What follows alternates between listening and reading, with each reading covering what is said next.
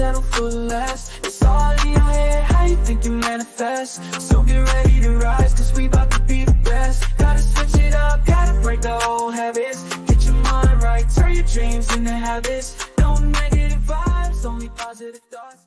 What's up, guys? Welcome to another episode of the Mindset Cafe podcast. It's your boy, Devin, and today we got a guest for you guys. We have Austin Spitzenberger today. He and I have met through the RBO Inner Circle, the mastermind, and he is an awesome entrepreneur. He is a vacation rentals owner. He has a whole business around it. He's also the host of the Co-Host Bros podcast. He has another podcast in the works. I don't want to give away the name yet because they're still in the works on it. So if you're listening to this, a year after the episode, we want to make sure that you go to the right podcast to listen to him there. But on his current podcast, they talk about, local business stuff, wealth building, real estate, how to, get vacation rentals and all that kind of stuff. Austin, thank you so much for taking the time out to, hop on the Mindset Cafe, man.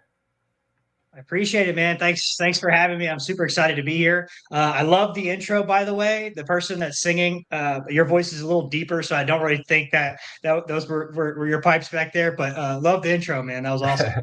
No, I appreciate it. So let's dive right in. How did you get started in vacation rentals, let alone entrepreneurship? Sure. So I actually started my first business right out of college. We owned a transportation party bus kind of company. Did it for like 2 years and realized it's not something that I wanted to do long term. And we ended up selling that business. So that was my first business venture. After that, I kind of took a few years off, continued to work my W-2 job to find out what I was going to do next. I think I've always been wired to where I kind of had that entrepreneurial mindset throughout my whole life. I was always doing something. So I know I needed to do something. I just didn't know what the skill set was that I had to provide to the world and what I could really do to like somebody that could pay me for my value. And because through my college, I did sales and stuff like that after that. So I was like, okay, what is my skill set? So what I did, I think about 4 years ago, I wanted to get into real estate, and I decided that I was going to do Airbnb, VRBO, vacation rentals. So I bought a vacation home myself, and what I did was I just got really good and learned everything that I could possibly learn about the industry to be the best operator that I possibly could be in the space. But what I had to do is I had to do it myself first before I could start saying, hey, I want to manage other people's properties. So after that, I got really good at it, did it for about a year. My own property cash flowed. It's a good investment, still own it to this day. I started putting it out there that I was going to start a management company and start building those relationships within my market that I manage. And I started getting owners coming to me and saying, hey, whatever you're doing out here is working. You're doing a great job. We don't necessarily want to use one of the bigger property management companies. We want to use somebody that's a good operator and local. So I started taking on clients to build a property management company. And that's kind of where I'm at today. So we're out in the Texas Hill Country, central Texas, kind of between Austin and San Antonio area, and we manage properties out there for other owners. They own the asset, and then we run Airbnb management, VRBO operations with the cleaners and the handyman, and kind of taking care of their property while making them money. So that's pretty much what I do, man. Oh, that's awesome. So it's pretty much if someone has that extra vacation home, you have a all done for you solution of, okay, let's make this an Airbnb and, let's basically get it done. You don't have to worry about it. It's just plug and play, right? Yeah. So a lot of people, they want to own for tax benefits and tax reasons. They want to own short-term rentals. They want to own the real estate, but they don't want to deal with the headaches of actually running that business because it is a business. You have to treat it like a business. So essentially you're running a mini hotel out of the house. So you have to have systems and processes in place and things like that, where like, if you were just like, hey, I'm going to go buy this vacation home and list it on Airbnb. Like, yeah, you might be able to do that, but you're probably going to get crushed and you're going to leave a whole bunch of money on the table because you don't really know what you're doing. So it's a lot. People think in their head it's a lot easier than it is, but it's not that it's difficult. It's a skill set that you have to learn and you have to perfect and become really good at it if you really want to do it the right way. So that's why a lot of people, they just have high income W-2 jobs. They're like, I'll pay a property manager 25%. And I just get to use my vacation rental a couple weeks out of the year with my family, and I'm hands off and I don't have to do anything. Or you can deal with all the bullshit that I deal with and you can just keep doing it. You know what I mean? So no, that's awesome. On that, people are looking for that done for you solution, right? So that is awesome that you filled that niche of doing that for people. What was that aha moment? Because I mean, you went from having a party bus rental company, right? First off, I guess before my next question, how did you get into that business? Were you just partying it up and taking those party buses, and you're like, oh man, I could do this for a living? Pretty much. My buddy had one in I graduated from Texas Tech, and my buddy had one there, and he was very successful with it. So I kind of copied his blueprint. And as soon as I graduated from college, I moved to another small college town. And when I was there, I was like, okay, what are the opportunities to do something additional outside of my W-2 job? And it was kind of low hanging fruit. It was more of a learning experience than anything. We were very popular. We were booked every single weekend, but there's so much that I learned from doing that and doing it the wrong way, and just figuring out as I go, like, okay, if I would go back in time, this is what I would do. I would have raised my prices. I would have done this. I would have marketed this differently. So honestly, I think it's like all the education I got in college didn't really translate into the business world. Like, I think you can only take so many courses and read so many books until the value really comes from doing the business. Like, you learn business by doing business, right? So I think that was the biggest takeaway from that situation. No, that's definitely true. There's so many things that you can learn in theory, right? And from a book, but once you start applying it, it's like, okay, it doesn't either work that way necessarily, or there's 10 other routes that can actually go, but you only learned one, right? So a lot of things in life, people underestimate the need for just taking action and figuring it out as you go, because you're not going to, if you worry about every little situation, try to figure out every solution before you even need it, like, you're never going to get started. Sometimes it just takes getting started, right? So you said you were working a W-2. What was the W-2? And I mean, was it similar to what you're doing now, or? No, nothing. I did corporate sales for a big company. And, honestly, what happened was in January of this year, I was building my business on the side and still working. And then in January of this year, I think it was January, maybe February, but they reached out to me and they basically said, we've eliminated your position. And I was like, okay, well, I'm not worried about it because I also have my business on the side. And I kind of was at a point where I was like, this is probably coming to an end for me eventually, so I could go full time. And it wasn't necessarily that I did anything from a performance perspective. It was just something happened within the company where they had to cut costs. Was the easiest way to cut costs is kind of wipe a few employees out. So, anyways, they eliminated my position, but then they said, you can stay with the company, but you have to move from Houston to New Orleans. And I was just like, yeah, no. So it's cool. I mean, somebody else might do that. They can have it. So anyways, I took the severance package and they ended up coming back and they said, hey, change of plans. We actually can keep you. And at that point, I was already like, nah, dude, I'm out. Like, this is my goal. I cut the golden handcuffs. Like, I'm out. And they basically said that I could come back to work and stay in my role. Everything stays the same. I just said, hey, I kind of like already switched my mind to be like, peace out. They're like, I'm not going to take it. So anyways, we moved to Central Texas. And from there, just been going all in on my business and haven't looked back. I mean, the original milestone for my business was just make enough money to pay the bills. And once that box was checked, it's like, I'm not going back, dude. Like, I could go all in on this, man. I build something for myself, not for somebody else. And maybe some people don't like that attitude, but it is what it is. That's the way it is for me. No, that's awesome. And you said that we moved. Sorry, are you married? Yes, me and my wife. We moved to the New Braunfels area, which is kind of really close to our market. So from Houston to New Braunfels. Okay. So when she met you, was it when you had the party bus, going on, or was it before that? Or I mean, after that? I was definitely with her at the time. I just don't remember. Yeah, I think actually, you know what? I started it when we first started dating. So like right in that time where we met, and then I started it. But I didn't meet her running the bus or anything. A lot of times I really didn't do. I just had a driver. I paid him, and then usually I had like some college kid work the door to collect payments. So like sometimes I would be on there, but a lot of times I would be on there. But it sucked, dude. It was just such a high liability business. And then I'm like, okay, mommy and daddy at all these college campuses have deep pockets, and I don't have deep pockets. So if something happens here, like, Yeah, it's yeah. too high of a liability, and nothing bad. I mean, we ran and executed a good business. It's just something I was like, dude, I don't know if I want to be the party bus guy full time. Like, I don't want to. I could do it though. Like, I could go to every college town, get 3 or 4 buses, figure out how to make it profitable.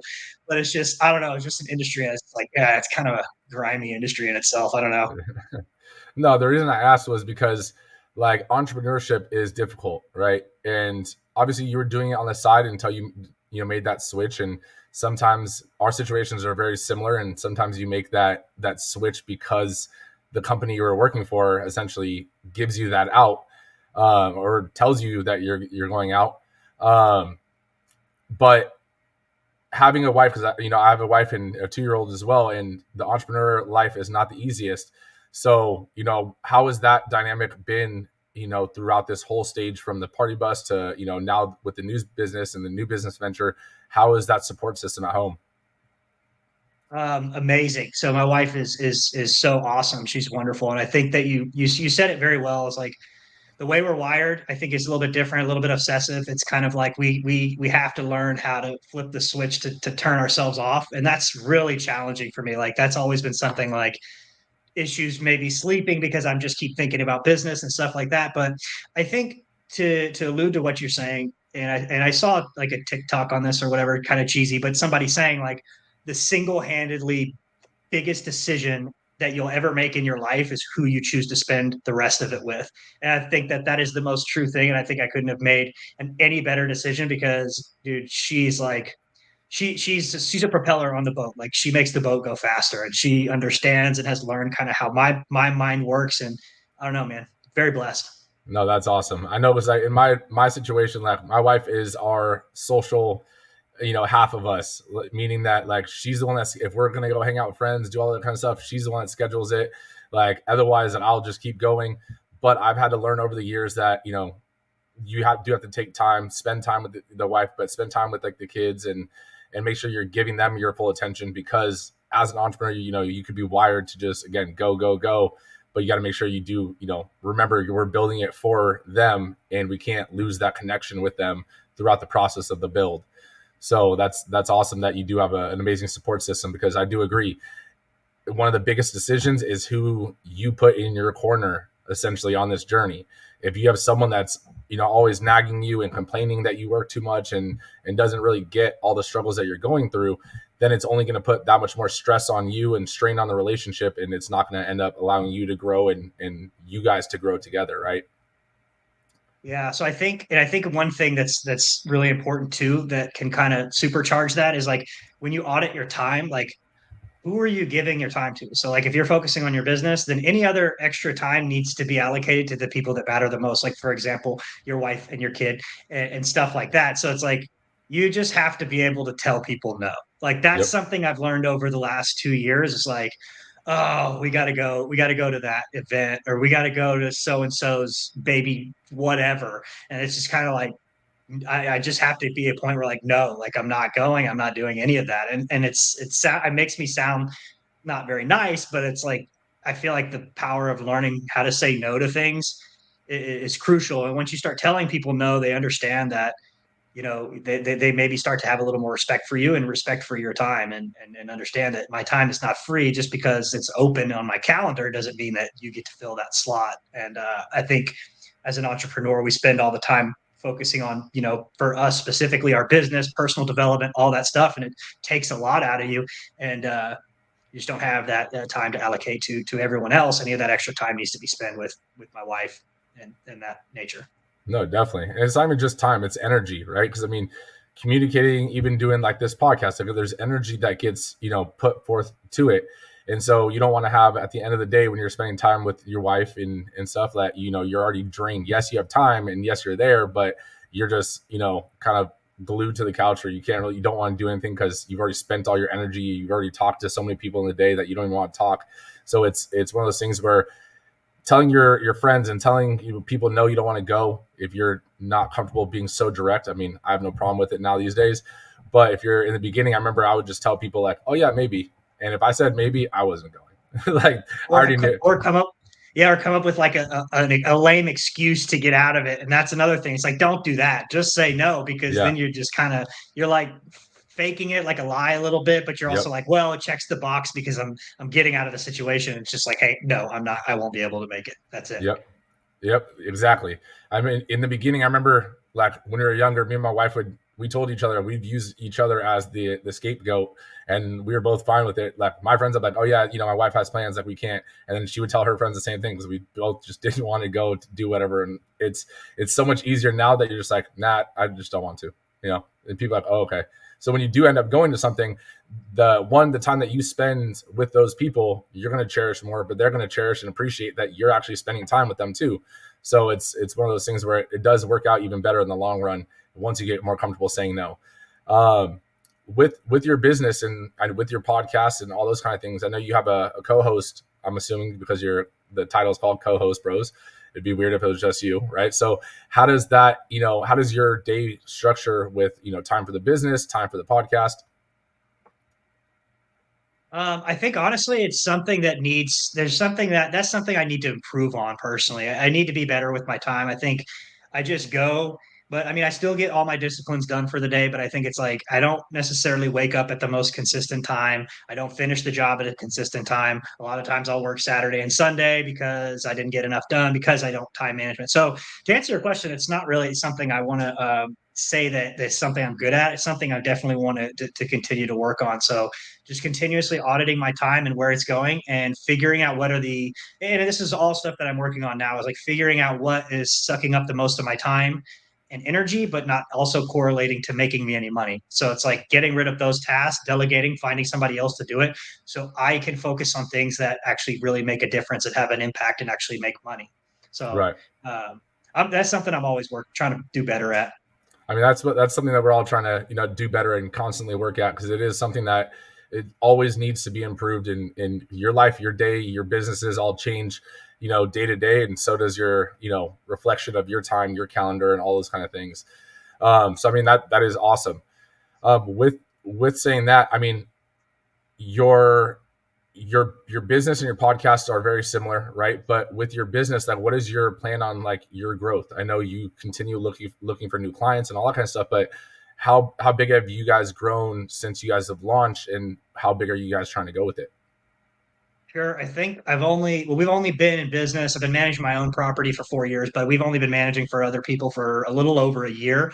And I think we're at nine or 10 other properties that we manage. So, definitely want to get a lot bigger. Honestly, like I said, the first milestone was just to pay my bills. So now that we've reached that, focusing on what are my long-term goals, is also something I'm looking at getting dialed in now.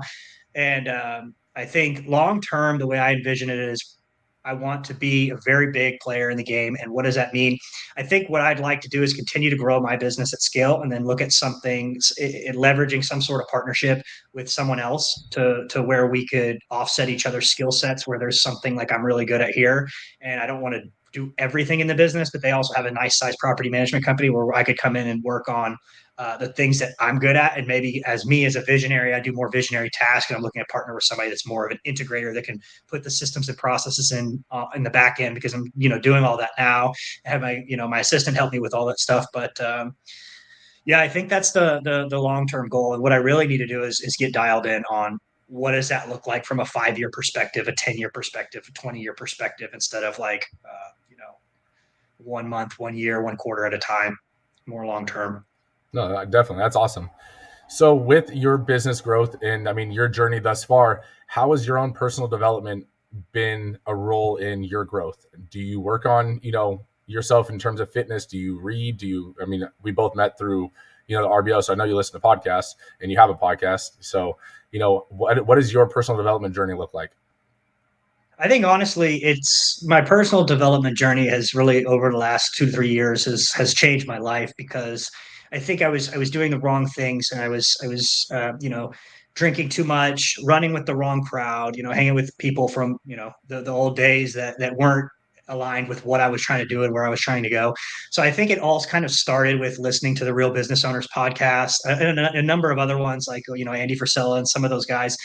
Started by doing 75 hard. I think that changed my life, man, because I started doing those daily habits, and they kind of just translate into like I still do them every day. Like every now and then, we'll skip a day or I'll miss a workout, but for the most part, I do just 75 hard every day. And I don't do the picture. I just don't do the picture. But so I can't really say that I do it because I'm not actually completing everything. But like 2 workouts a day, 10 pages a day, gallon of water a day, religiously.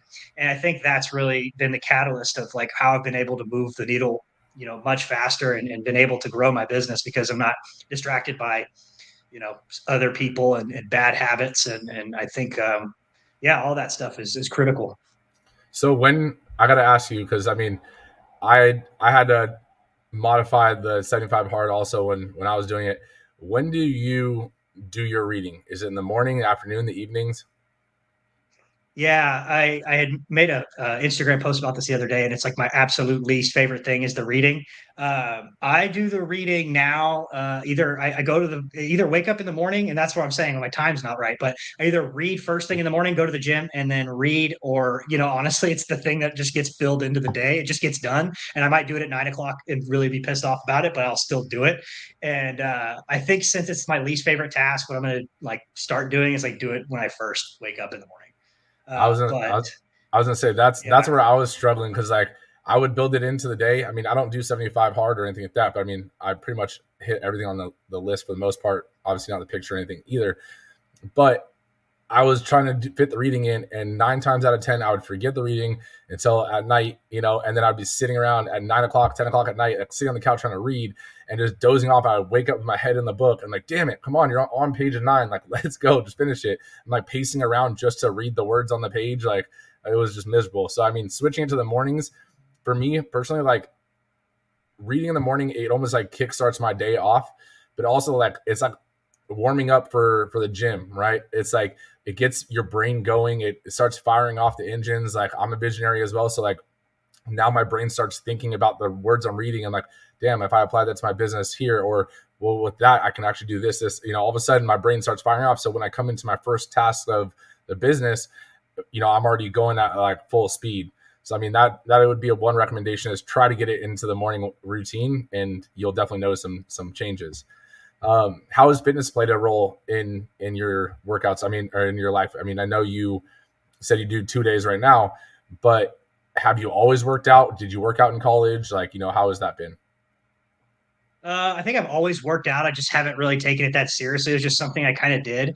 And I don't think like, specifically working out is like, I don't want to look a certain way or anything like that. Maybe there's some body fat percentage goals that I want to achieve, but I think more of like working out is um, just more from the benefits that come from working out, longevity, health, living a long time, looking good is also a great, part of it, but it's not really like the end goal. And it's really like also I utilize working out, like you said, in the morning to start my day, just to get my mind right. Like you're saying, reading, that'd be the hardest part of the day. So do it first. So I go straight to the gym first, get it out of the way. So everything after that's kind of easier. So I think for the most part, working out is essentially like just what I need to maintain a healthy mindset versus like I want to be a bodybuilder. I want to be able to run this mile. It's like whenever I work out in the morning, then towards the end of the day, I usually go on like a 4 or 5 mile run, and usually I'd go every day. But it's more of like 5 o'clock winding down. Like I need to get out of the house. I've been looking at this computer too long. I need to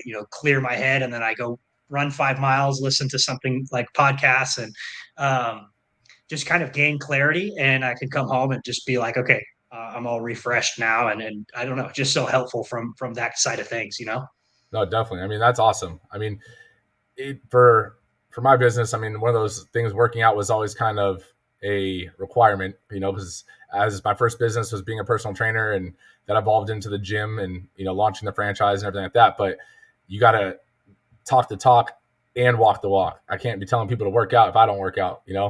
Yeah, So especially if you own a gym, like it's table stakes. Like you have to be in shape to own a gym. I think it's funny because Andy Frisella talks about that all the time when he's like, now he's in good shape, and he was talking about how he's like 300 pounds and he's like selling supplements, and he's like, yeah, I wasn't getting any results. So yeah, I feel like especially for your industry, but I don't know. It just says a lot when you're also in business, like when you're in shape, because when people look at you, they're like, okay, well, at least I like to think people have my shit together, right?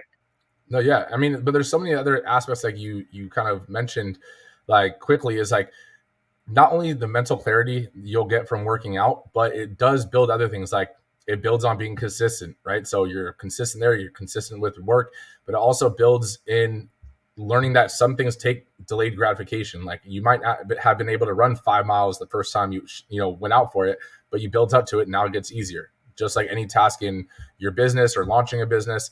But the other things like your dedication, and basically the rewards that you get from it. One thing I will say though is that there is a psychological aspect that people don't realize when you work out, and not just for yourself, but when you go to do business with other people and you are one of two or one of a few people that person's interviewing to either partner with or to use, there's always something in the back of our minds that tend to lead towards people that look good, right? It sounds very, surface level or, but honestly, it's true. That's why a lot of women are better at sales than men. If let's say they have the both sales trainings and tactics and all that kind of stuff, usually, women just, and numbers don't lie, women just sell a little bit better. One, they know how to communicate for the most part a lot better than guys do, but two, it just has to do with, looks. So when you're working out, realize that there's another aspect to it. While you might not want to be a bodybuilder or anything, if you just look healthy, you look, presentable, you're more willing to do, or people are more willing to do business with you because they want to hang out with you. You're inspiring them and so forth. So there is that aspect that, may come into play. I'm not sure if you thought about that over the years, but have you ever, thought about that, or is that ever came across your plate? Yes, I think you're exactly right. I don't think it's everything, but it is just that one thing that just separates you a little bit more from the competition. And it's like people want to buy from attractive people, right? Mhm. Like it's just the psychological thing. Like it is what it is. It gives you a leg up, and exactly like what you said, a lot of people at these high level executives in companies or whatever the case may be, they do high level sales, the sales that get paid a lot of money. I mean, if you look at those people, typically it's like none of those people have guts. It's like they all fit, they're all in shape, they all, for the most part, look good. And then the reason that why they're there is like, I don't know if it's discrimination for the employer to actually like not hire someone because of the way they look. Probably is, but in the back of their mind when they're hiring him, they're like, okay, this guy's like elite. Like he looks good. He takes care of his body. He's gonna, if he has those disciplines at home, he's probably gonna have those disciplines in the workplace. So exactly like what you said, it says everything without having to say anything. Yeah. I mean, and it shows, and I think it might not even be like people want to buy from good looking people as much as people say they don't want to, but also the things it shows is it shows that you have commitment. It shows that you have dedication. It shows that you care, right? Because if you don't care about yourself, then are you going to care about what I'm buying from you? Are you going to care about the services when you provide them? Like you already showed these other things to people that you're, selling, or for you, the service-based business like myself, like you already show those natural habits that you have, or those skills and everything that you already have. So I think that has a huge play in it. One thing, do you know who Andy Elliott is? Yeah. Okay, the dude is hilarious. But I mean, going into the discrimination thing, I mean, one of his things is if you get hired and you're not working and improving to get a six pack, like you get fired. Yeah. And I think that's hilarious, but also it shows the culture and everything that he's building. It's one that if you care about yourself, and how you do one thing is how you do everything, right? So if you care about yourself, you're putting in the work for yourself, like you're going to put the work in, the extra work in for, what you're doing in your profession. So I think that it does have a little play in that. Yeah, I feel like you're spot on, and I've seen that clip too. I feel like if I ever went to like his trainings or one of his groups, I feel like I'd sit there, I'd be like really nervous, like, dude, I don't want this guy to call me out. But then This, if he did, though, I wouldn't feel that bad because if he's like, hey, take your shirt off, I'd be like, hey man, I'm good, go ahead, yeah. like whatever.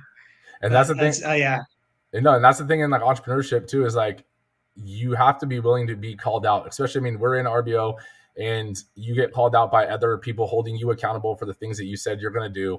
And sometimes, especially in entrepreneurship, when you don't have a boss necessarily, you got to have that accountability system, right? So whether it's a mentor, whether it's, a colleague or someone else, in a mastermind or something, you got to have an accountability system that holds you to your word. Because at the end of the day, you don't have anyone to report to necessarily.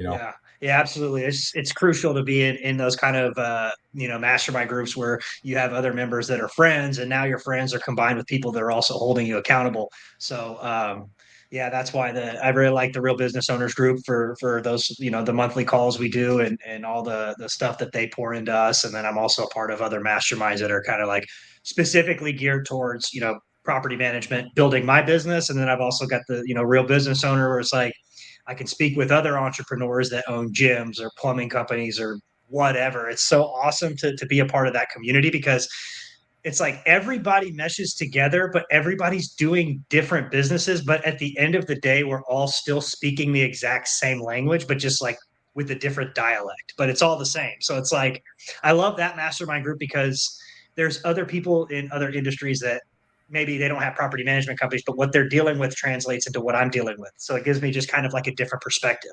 Yep. And then I also have like the ones that are specific to my industry, so I can kind of try and stay up to date on all the things that are going on. No, definitely. And I mean, I do like that same aspect where there's people from different industries.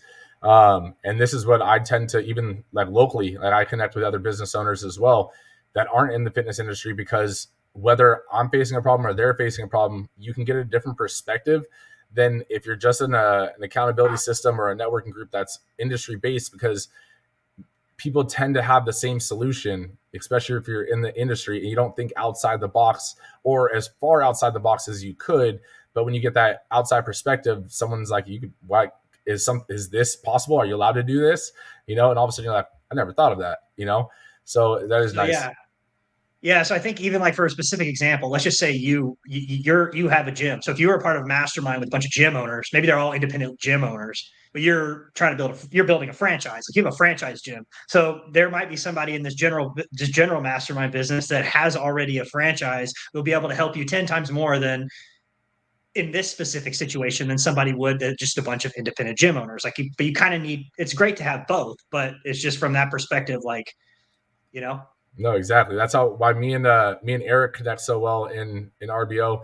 Like he has his franchise company, so both of us are franchisors. But his is a coffee business, a mobile coffee business, and then mine's the gym. So, but me and him connect, pretty much weekly on, hey, what are you doing? What am I doing? And we basically feed each other different ideas, because it does translate. You just got to make it adaptable to your business, and which is a huge thing to realize that when you hire a coach, or if you hire a coach, or if you join a mastermind, or if you do anything like that, realize that there's such a huge benefit that you get from it, not just from accountability, but from learning and speeding up your timeline. Essentially, hiring a coach or something can condense your timeline of success, right?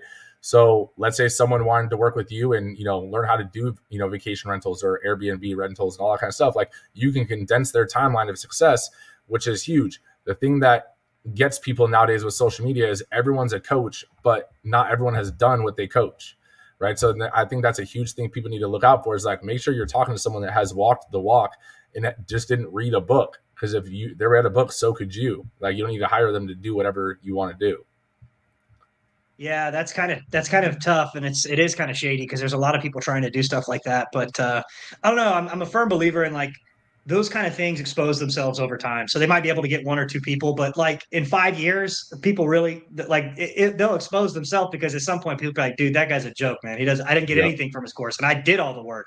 And like I feel like karma will get those people that are essentially trying to push something that they're not qualified. They shouldn't be doing it. No, definitely.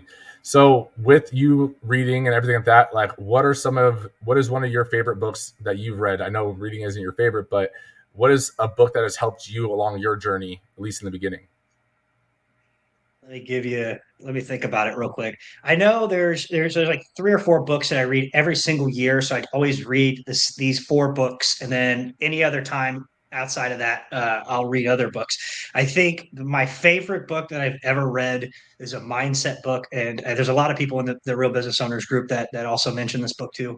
I've read it 4 years in a row now, once a year. It's called The Gap and the Gain. I don't know if you've read that. But yeah, it's so great, because I think what we all tend to lose track of is we all have this mindset of lack and what we don't have yet. And like me going from, 1 to 10 properties in the first year is crazy. But what do I tell myself? that's not enough. Like, you need to go sign more people. You're not the biggest. You're not the baddest. You're not. And it's like, okay, but why? I need to look back at like where I actually came from. And when you do that, you have much better mindset. You have much better happiness, and you just have a better outlook on life. And I always stray away from it. So getting back into that mindset of like, living in the game. I think that's probably my favorite book of all time. I'm trying to think. Yeah, let's go with that for now. And then I'm currently reading Buy Back Your Time. I don't know if you've read that one, but it's something I've also been like not necessarily struggling with, but I think as entrepreneurs we always have issues of letting go of control and realizing that we need to put somebody in place to do things for us. And it basically just kind of teaches you how to use your money to buy back your time. And halfway through that one, it might be one of the ones I implement and read every single year as well. It's that good. So I'm about halfway through that. Oh, that's good. Have you read Eat the Frog or Traction? They're both very similar. Man, I've got like a list of like 20 books on my phone, like I'm sure you do, and we all do. And like every time we hear, well, I add that to my list. I think both of those are on the list, but I haven't read either one of them. So both are very similar. So if they're on the list, I would say pick Traction. Eat the Frog is really good, but it talks about, essentially do the most difficult thing of your day first, right when you first wake up, and don't let that procrastinate till the end. But what is the one task of the day that's really going to move the needle of your business? Get that done first, and then the rest will, you can fit around your day. But doing that will allow you to basically face problems head on and not kind of put them to the sidelines, and it'll start to build momentum over time. But Traction, what I really liked about it was it talks about basically if you have a glass, right, a glass jar, that if you were to fill the glass jar with sand, meaning like you're just tedious tasks that you don't really need to do, or, let's say, file this piece of paper and, call this person just to update them, and all these little things. You fill the glass with the jar, you're not going to be able to put in the stones or the boulders, which are the actual bigger moving pieces to move the business. But now if you put the boulders in first and then you put the stones will fill the gaps that the boulders don't fill. And then you put the sand after the stones and after the boulders, that will fill up the rest of the jar. So now all three fit. So you do the biggest things first, then you break it down, you do the secondary, important tasks, and then the tedious tasks, either you delegate or you do them after everything else is done. But in doing so, it also talks about like even with team meetings and stuff like that, you have one team meeting that basically talks to your team heads and you talk about all the big things that need to be done. Then those team heads go talk to their team about the smaller stones, and then the people work on the sand, essentially. So that's a huge book, and I think that one is super crucial of figuring out what are your boulders, what is your sand, and making sure that you're scheduling your day properly. Yeah, and I'm aware of it, but based on what your explanation was, I think there's a little bit me doing too much playing in the sand. I think that's what it is, and the boulders are also coming later. And I completely understand where I need to flip flop that and do the big things first that really move the needle. And that definitely is something I can relate to right now that I'm working on. Also improving at. So I'll add that one definitely to my list. Actually, it's on my list. I just checked. I think the whole thing with the sand is like I'm guilty of it as well. Is like we do smaller tasks to say that we got them done, and then our day feels like we did so many things, when in reality, like there weren't really anything that really moved the business forward. But we could say we had a productive day and we give ourselves a pat on the back when really that pat wasn't a deserved one. But one thing before we do, start to wrap up, that I wanted to ask, I asked everyone this, right? And I will preface this like I usually do, because I gave the question and someone basically addressed it like a tombstone. It's not a tombstone. It's a legacy wall. On this legacy wall, your podcast, everything that you built, your companies, all are hypothetically erased. What is one message that you would like to leave on your legacy wall for up and coming entrepreneurs, as well as anyone that you've learned along your journey, both in personal development or in entrepreneurship? I would say, man, that's a tough one on the spot right there. I should have. No, it has to be on the spot. It has to be off the cuff. And the reason it has to be off the cuff, because people have asked, after the podcast, people ask like, why don't you ask, give someone that question beforehand? And I was like, because then you prepare. And when you prepare for it, you don't give the most genuine answer, meaning that it's not going to be whatever comes to mind, that's going to be the thing that actually has resonated and sat with you for the long amount of time. And that's that one message that everyone does need, as simple as it may be. I would say, I think the biggest one that comes to my mind, based off you said, just right off the cuff, is if they haven't done it, do not listen to them. So if they haven't done it, close your ears, because there's so much noise out there from people, and there's so many people that will have doubt and have negativity, and they will, he's never going to do that. He can't do that. And it stems from their own insecurities. So I think they haven't done it, don't listen to them. And these are the kind of people you need to absolutely distance yourself from. And when you distance yourself from them, what you can do is replace them with people that are the opposite of that, that are like you, that have the right mindset. I think that is a superpower, and it's a cheat code, because now when you're with these people that will take you to the next level, that do align with you, if you're spending all your time with them, you're going to become a different human being. You're going to become a different person. So when you say that, the first thing that comes to my mind is, if they haven't done it, don't listen to them. Perfect. See, I mean, it seems simple, but it's one of those things that you may not learn it unless it happens to you, right? I mean, I've hired coaches in the past that after hiring them, I'm like, damn, I shouldn't have hired them. So what was okay, if you, now I'll put you on the spot. What was your favorite response to, what was the best response that you heard to that question? That you remember? That yours is very similar, but it's one of those things where your story alone is actually testament to it. You can transition at any time, right? You weren't born into the life that you deserve. You design the life that you deserve, right? So at any point, you had the party bus company, you didn't want to do it anymore. You didn't want that business, that lifestyle. You transitioned. You wanted to do something else. The company offered you the out. Then they offered you to come back. Again, you said, no, I transitioned. You can design the life that you want. If someone else has done it, you can do it too. They're 24 hours in the day. Elon Musk doesn't get 26 hours for his day, like 24 hours in a day. You can do whatever someone else has done and more if you're willing to put in the work. I love it. So, but honestly, man, where can people connect with you and learn more about what you got going on? Sure. So you can just reach out to me on Facebook, Austin Spitzenberger. If you get my last name right, I guarantee you I'll probably be the only person that comes up. So pretty easy to find there. On Instagram, Austin_Spitz, SPITZZ. The OG Austin Spitz. I'd add an extra Z because there's an OG that's been around longer than me. But anyways, we can do that. And then my podcast is called The Co-Host Bros, Spotify and all those platforms. And then stay tuned. I have another one coming out where we're only on episode 4, but we're still getting the name locked in and all the nuts and bolts. So the podcast that I have is specifically geared towards, property management. And then the new one is going to be kind of like personal development, similar to a lot of the stuff that we talked about on here today with like wealth building and stuff like that. And that's pretty much it.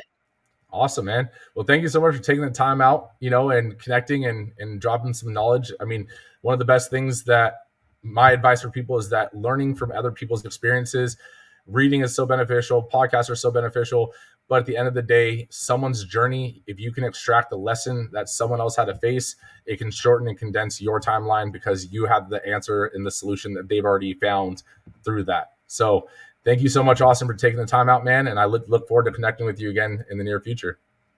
Thanks for having me, my man. No negative vibes, only positive thoughts. This in the game of life, mindset causes stress. Got my mind on the prize, I can't be distracted. I stay on my grind, no time to be slacking. I hustle hard up,